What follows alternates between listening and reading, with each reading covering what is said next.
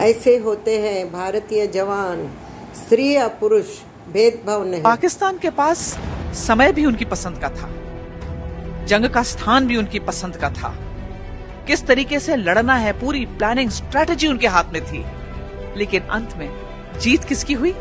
भारतीय सेना की। तो ये है भारतीय सेना की हिम्मत, हौसला और ट्रेनिंग। मैं कारगिल की लड़ाई में हिस्सा लेने वाली भारत के लॉजिस्टिक्स विंग से पहली महिला अफसर।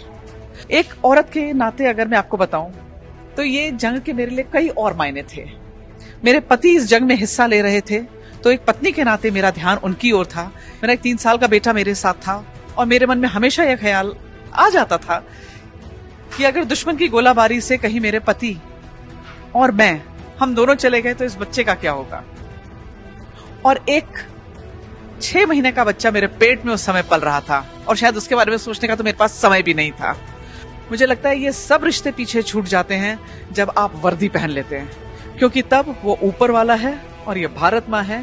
My role as an ordnance officer was to equip the fighting forces to fight an effective battle against enemy. गोला बारूद, हर तरीके का गोला बारूद, यानी बड़ी बड़ी गन्स, बोफोर्स गन्स से लेकर उनके राइफल्स और कार्बाइन्स तक।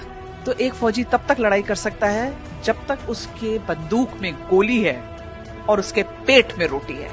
और यही दोनों चीजों का काम लॉजिस्टिक्स का है। जंग के समय ना सोने का समय था, ना रेस्ट करने का समय था, ना खाना खाने का समय था। मुझे याद है उस दौरान मैं तकरीबन 7 दिन लगातार उन्हीं कपड़ों में अपनी यूनिट के अंदर खड़ी रही। इनके हारे हार है, मन के जीते जीत। ये शरीर, आपका जेंडर, भारतीय सेना के अंदर ये कुछ मैटर नहीं करता। From day 1 you are a leader.